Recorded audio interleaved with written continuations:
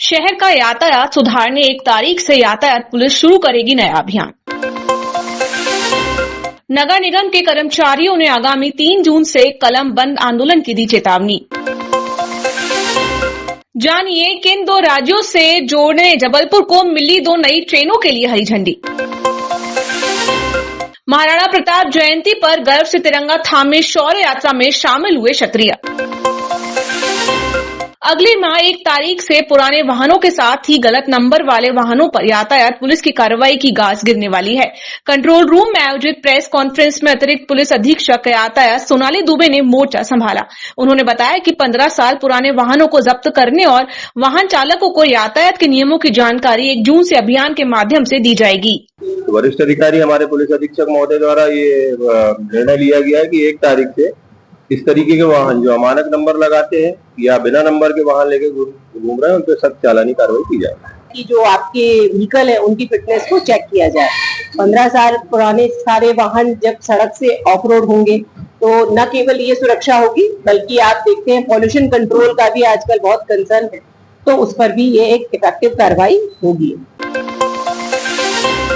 सर्वोच्च न्यायालय के आदेशानुसार नगर निगम जबलपुर के 57 कर्मचारियों को साल 2003 से समस्त लाभ और पदोन्नति का लाभ न मिलने से नगर निगम कर्मचारी आक्रोशित हैं। महापौर से लेकर तमाम अधिकारियों को तकनीकी अधिकारी कर्मचारी संघ ने मामले पर गौर करने 2 जून तक का समय प्रदान किया है। मांग पूरी न होने पर कर्मचारियों ने आगामी 3 जून से कलम बंद आंदोलन की चेतावनी दी है। हमारी 2 बिंदु और हैं। पहला बिंदु है 57 कर्मचारियों का मामला जिन्हें सुप्रीम कोर्ट ने भी रेगुलाइज करने के मामले में निगम का दावा खारिज कर दिया। उन्हें हाई कोर्ट का फैसला मान्य करना होगा।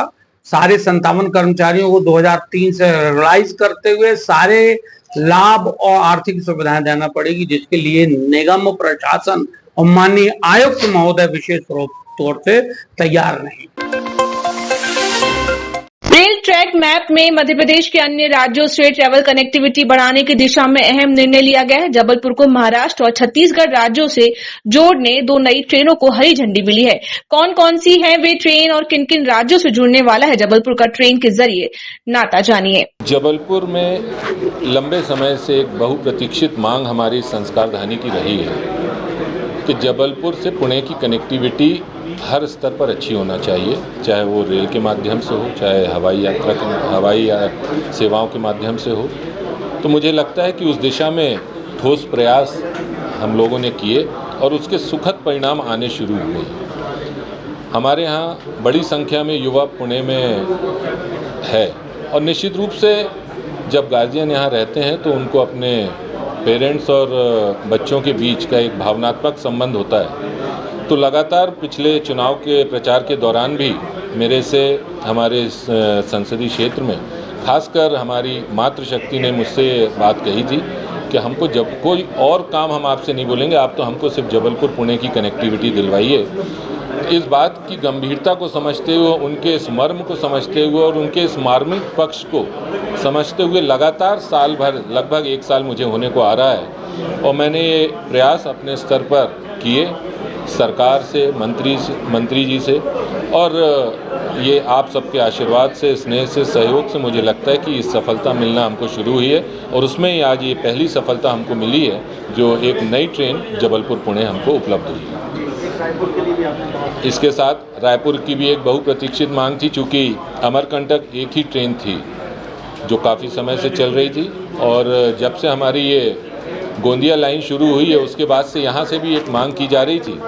तो आज वो भी हमको, उस मांग को भी हमारे रेल मंत्री जी ने पूरा किया और हमको जबलपुर रायपुर एक नई ट्रेन।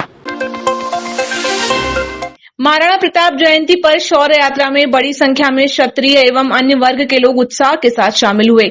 महाराणा प्रताप के सम्मान में जयकारों के साथ ही विश्व विजयी तिरंगा थामे महिला एवं युवतियों ने देशभक्ति का भी परिचय दिया।